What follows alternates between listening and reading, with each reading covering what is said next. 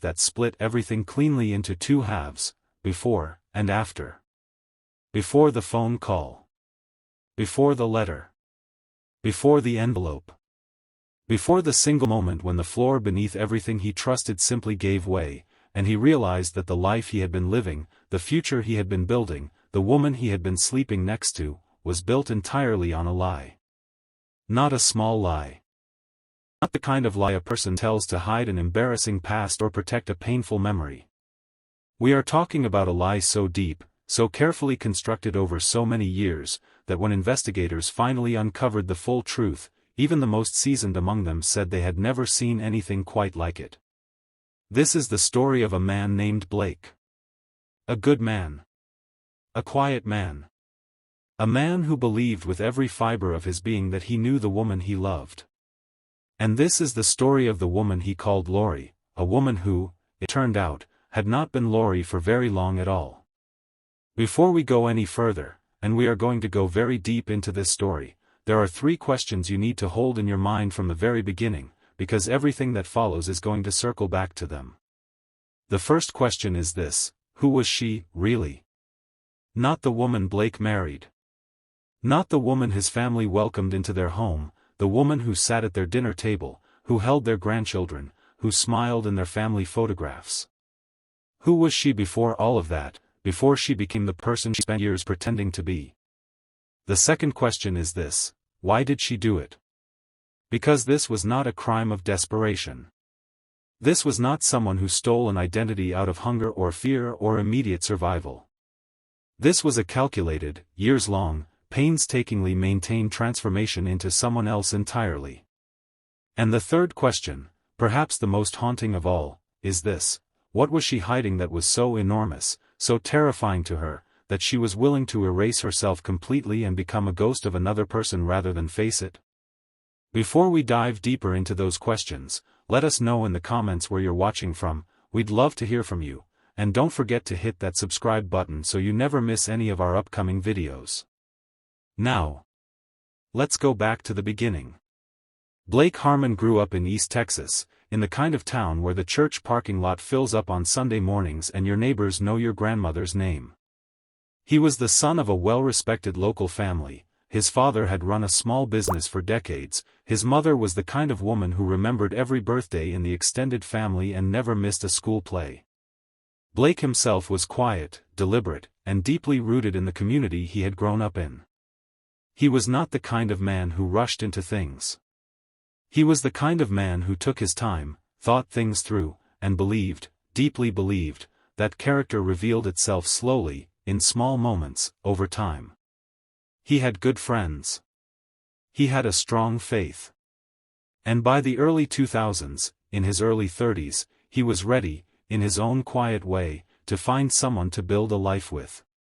What he found, instead, was a woman who had already been building someone else's life for over a decade, and had become so good at it that even the people closest to her never suspected a thing.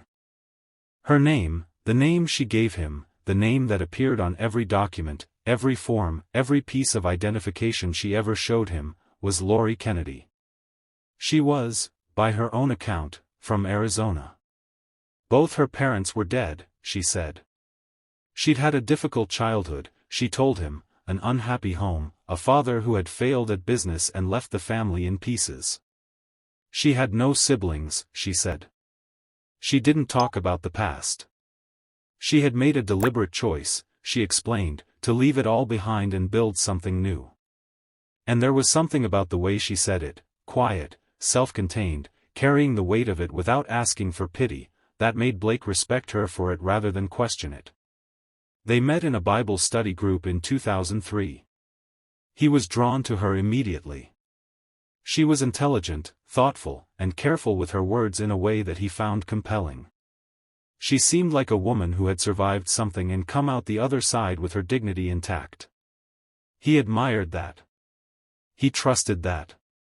And within a year, they were married, quietly, at a small church ceremony, with only the officiating minister present, because Lori, she explained, had never been close to anyone from her past.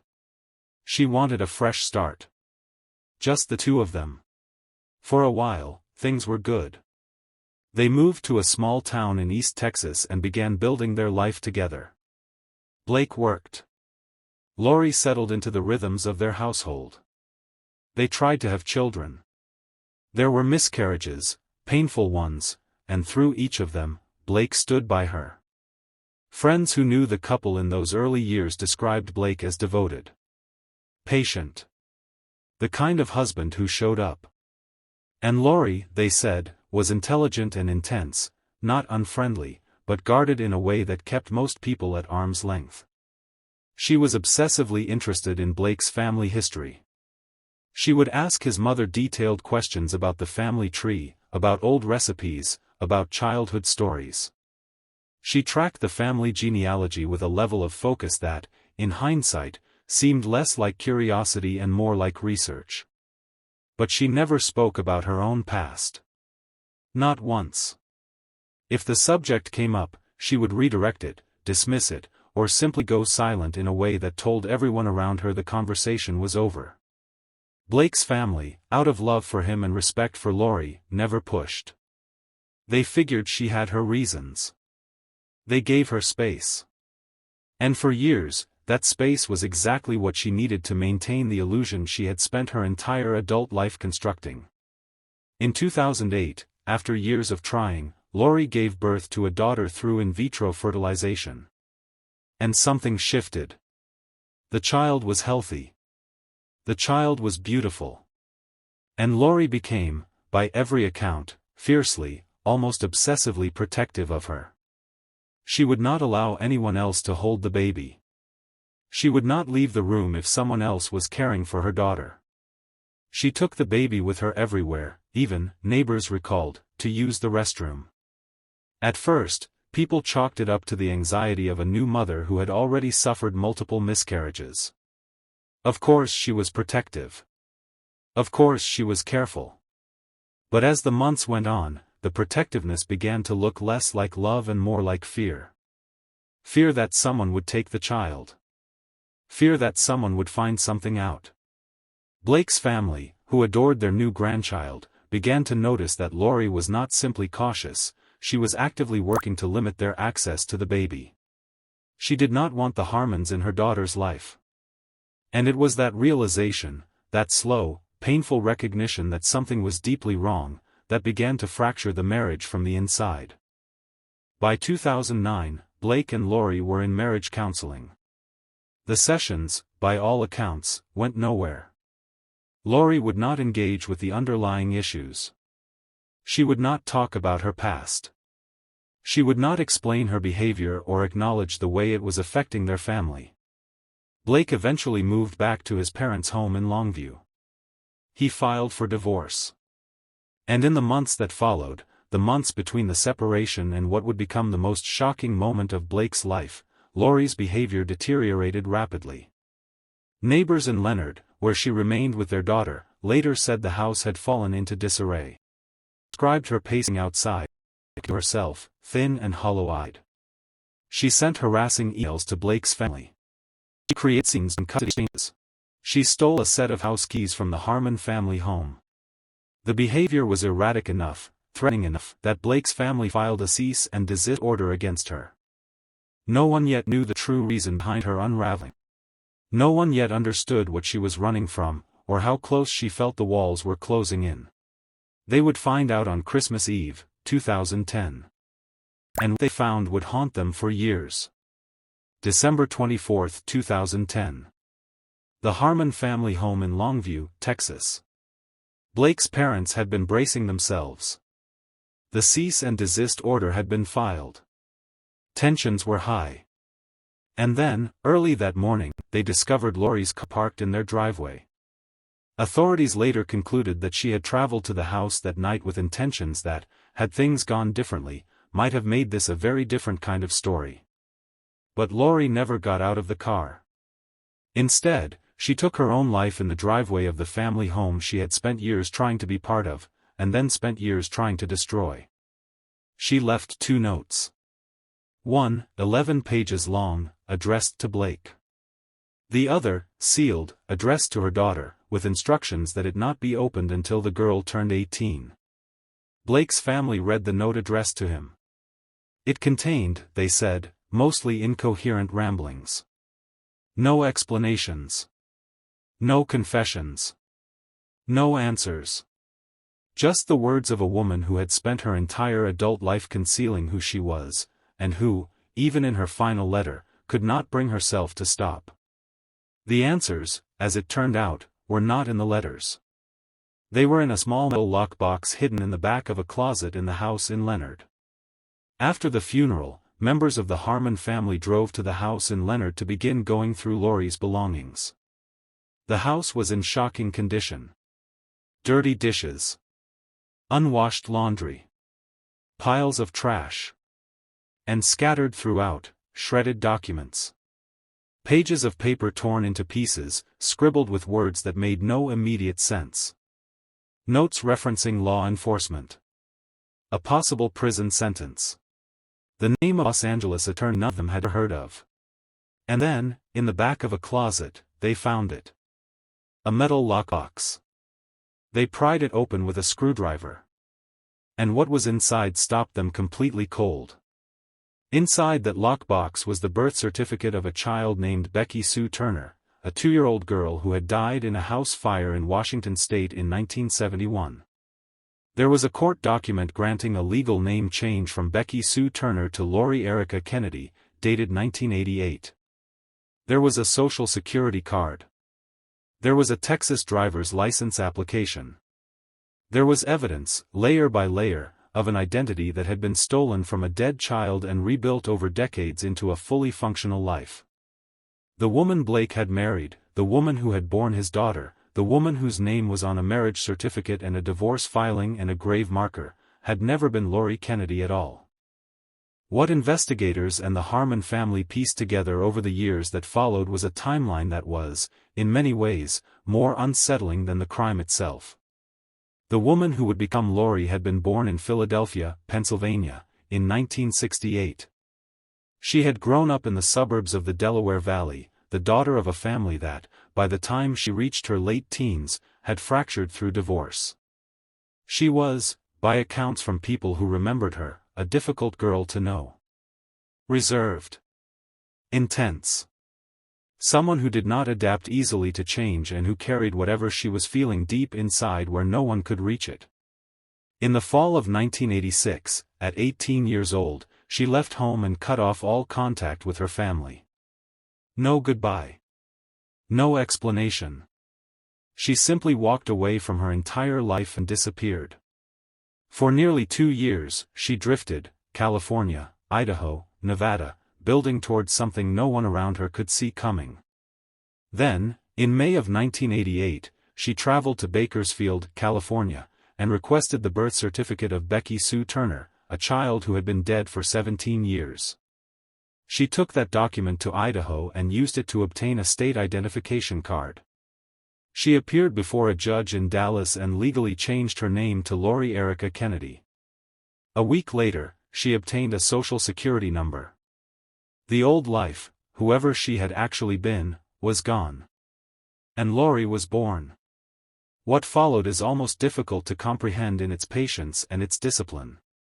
Over the next 15 years, the woman now calling herself Lori Kennedy built an entirely new life from the ground up. She earned her GED. She enrolled in college. She graduated in 1997 from the University of Texas at Arlington with a degree in business administration, a real degree, earned legitimately, under a name that belonged to a dead child. She lived in multiple states. She maintained the identity without a single slip, without a single person catching on, without leaving a trail that anyone could follow back to who she had actually been. Think about what that requires. Not just the initial theft of the identity, but the maintenance of it, every interaction, every document, every conversation that drifted anywhere near her past, carefully managed, redirected, or shut down. Every new friend, every employer, every neighbor, met with a version of herself so thoroughly rehearsed that there was nothing left of the original underneath. When she met Blake Harmon in 2003, she had already been Lori Kennedy for 15 years. She had been practicing for so long that the performance had become, in many ways, more real to her than whoever she had started out as. After the lockbox was discovered and the pieces of Laurie's constructed life began to come apart, investigators were left with a mystery that would take 6 more years to fully solve. They knew she had stolen the identity of Becky Sue Turner. They knew she had built a new life under that name. But they did not know who she had actually been before all of it. The fingerprints were a dead end. There were no matches in any criminal database, which told investigators one of two things: either she had never been arrested, or whatever she had been running from had never resulted in formal charges. The facial recognition databases came back empty. The name she had scribbled in those papers at the house in Leonard, alongside references to police and a potential prison sentence, led nowhere. The Los Angeles attorney whose name she had written down had no memory of ever representing her or anyone matching her description. For 6 years, the woman in the grave in Longview, Texas had no real name. She was a ghost, not just in life, but in death. And the little girl she had left behind was the daughter of someone no one could identify. The answer, when it finally came, arrived from a direction no one had fully anticipated. By 2016, the world of consumer DNA testing had changed dramatically. Services like 23andMe and Ancestry DNA were allowing ordinary people to trace their genetic family trees with a level of precision that would have been impossible just a decade earlier. Investigators working with the Harmon family, and members of an online community of amateur sleuths who had become deeply invested in the case, used DNA samples provided by Blake and his daughter to trace maternal and paternal lines through the genetic databases. What they found led them, slowly and methodically, to a family on the Philadelphia main line, a family named McLean. And when those family members were contacted, what emerged was the story of a girl who had walked out of her life in 1986 and never come back. A girl whose mother had spent decades not knowing whether her daughter was alive or dead. A girl who had, in the end, become so thoroughly someone else that even the people who had raised her would not have recognized the woman in the grave. Her real name was Kimberly McLean. She had been missing, in every sense of the word, for 24 years. And now we come to the question that has never been fully answered, the question that sits at the center of this entire story like a locked room that no one has been able to open. What was Kimberly McLean running from? Why, at 18 years old, did she walk away from her entire life with such absolute finality that she never looked back, not once in 24 years, not in a letter, not in a phone call, not in any form of contact with the family she had left behind? The investigators who worked the case, the online sleuths who spent years pursuing the truth, the family members who were finally reunited with her story if not with her, none of them have ever been able to say with certainty what she was afraid of. The references in her notes to law enforcement and a possible prison sentence have led some to believe she may have been involved in something criminal before she disappeared. Others have suggested the answer is simpler and more painful, that she was a deeply troubled young woman who was running not from a crime but from herself, from a pain she could not name and could not escape, and who found in the total erasure of her identity the only relief she knew how to reach for. What we know for certain is this: whatever she was running from, she ran so far and so completely that she took the truth with her to her grave. For Blake Harmon, the unraveling of the truth did not bring the closure most people imagine. It brought, instead, a set of questions that he has had to live with ever since. He had married a woman whose real name he had never known. He had a daughter with a woman whose real family had been searching for her for decades. The years of their marriage, the good ones and the painful ones, all of it had been built on a foundation that, in its most literal sense, did not exist. People who know Blake describe a man who has handled this with extraordinary grace. He did not speak publicly for years. When he has spoken, he has done so with care and with evident compassion, even for the woman who deceived him. He has made sure that his daughter, who carries the genetic history of a family she did not know existed until she was nearly a teenager, has had the opportunity to know her maternal relatives, to understand where she came from, to have a fuller picture of the woman who was her mother. That, by any measure, is a remarkable act of generosity from a man who had every reason to be consumed by bitterness. But it speaks to something important about Blake Harmon, something that was true when he first sat down in that Bible study class in 2003 and has remained true through everything that followed. He was, and is, exactly who he always appeared to be. Forensic psychologists who have studied this case have noted that what Kimberly McLean accomplished, both the construction of her false identity and the maintenance of it over decades, is extraordinarily rare. Most people who attempt to live under false identities are caught within months, sometimes within weeks, because the cognitive and emotional demands of sustained deception are simply too great for the average person to maintain. The constant vigilance required. The management of every new relationship. The careful calibration of every story told about a past that doesn't exist. Most people crack under that pressure eventually. Kimberly McLean did not crack for 15 years, not until the pressure of motherhood and marriage and the proximity of a family who cared too much began to close in around her in ways she could not control. Experts have also noted that the method she used to steal the identity, obtaining the birth certificate of a deceased child and using it to build a new legal identity, was, at the time she did it in the late 1980s, a well-known technique in certain circles. It was sometimes called ghosting. It required patience, access to public records, and the willingness to move across enough state lines to avoid any single point of exposure. It was not the method of someone acting impulsively. It was the method of someone who had thought carefully about how to disappear, and had decided, at some point before she was old enough to legally rent a car, that disappearing was exactly what she needed to do. Perhaps the most extraordinary chapter of this story is still being written, and it belongs not to Blake, and not to the woman the world knew as Lori, but to their daughter. A child who grew up knowing her mother as Lori Kennedy. A child who lost that mother on Christmas Eve, 2010, at 2 years old, far too young to carry any conscious memory of her. A child who grew up with Blake and with the Harmon family, in the warmth and stability of a family that, despite everything, never stopped showing up for her. And a child who, as she grew older, began to understand that the story of her mother was not a simple one, that the woman who had held her so fiercely, so protectively, so desperately in those first years of her life had been someone the world was still trying to understand. She has maternal relatives now, people who carry the same DNA she does, people who knew Kimberly McLean as a girl before she became someone else entirely.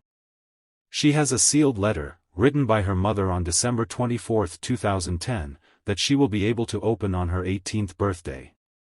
Whatever is in that letter, whatever truth or confession or final message Lori Kennedy left for the daughter she could not stop protecting even as everything else collapsed, only one person in the world will ever know. And she has earned the right to keep it. This story is not simply about identity theft. Identity theft, at its most basic, is a financial crime. Someone steals your credit card number or your social security number to take something from you. What Kimberly McLean did was something categorically different. She did not steal an identity to take something. She stole an identity to become someone. She built a life, a real and functioning life, with a college degree, a marriage, a child, a home, on a foundation that belonged to a dead girl. And the question that this case forces us to sit with is not really a legal question or even a criminal one. It is a deeply human question. What does it take, what kind of pain, what kind of fear, what kind of fracture at the core of a person, to make total self-erasure feel like the only available option? Because whatever Kimberly McLean was running from at 18 years old, she was running hard enough to never once look back. Hard enough to build an entirely new person to replace the one she was leaving behind. Hard enough to carry that secret through college, through marriage, through the birth of a child, through years of family dinners and custody battles and everything in between, and still never, not once, tell a single soul the truth. That is not the behavior of a con artist running a scheme. That is the behavior of someone who was absolutely terrified. Of what, we may never fully know. The case of the woman known as Lori Kennedy, born Kimberly McLean, was not resolved in a courtroom. There were no charges filed, no trial, no verdict. The only punishment, if you want to call it that, was the one she administered to herself on a cold Christmas morning in a driveway in Texas. What the case did produce was something rarer and, in its own way, more valuable than a conviction, clarity. The Harmon family now knows who Blake married. They know the name of the woman who sat at their table and held their grandchild and sent them harassing emails in the final months of her life. They know where she came from and what she left behind. They know the family she abandoned in Philadelphia and the family she chose to build in Texas.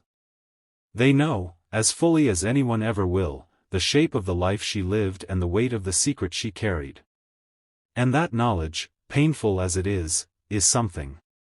It is not justice in any traditional sense. But it is truth. And for a family that spent years living inside a lie without knowing it, truth, even incomplete truth, is not nothing. It is, in fact, everything. So I want to leave you with this. Blake Harmon did nothing wrong. He was a decent man who loved someone with everything he had. He asked the questions most people ask when they fall in love, not the forensic, suspicious, document-checking questions, but the human ones.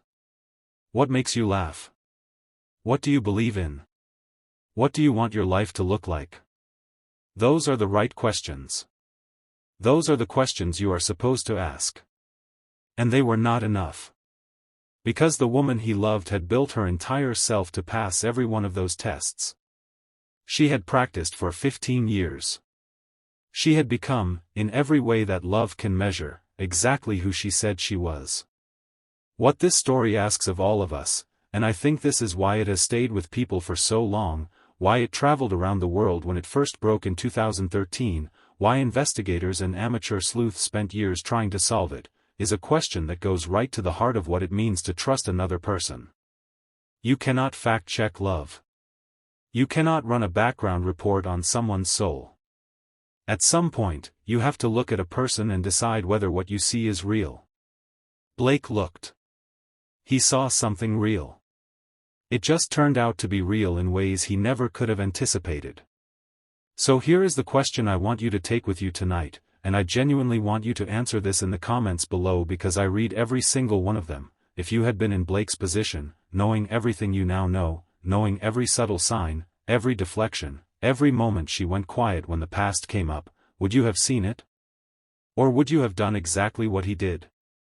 Because I think the honest answer, for most of us, is the harder one. And I think that honest answer is worth sitting with. Don't forget to like and subscribe, thank you.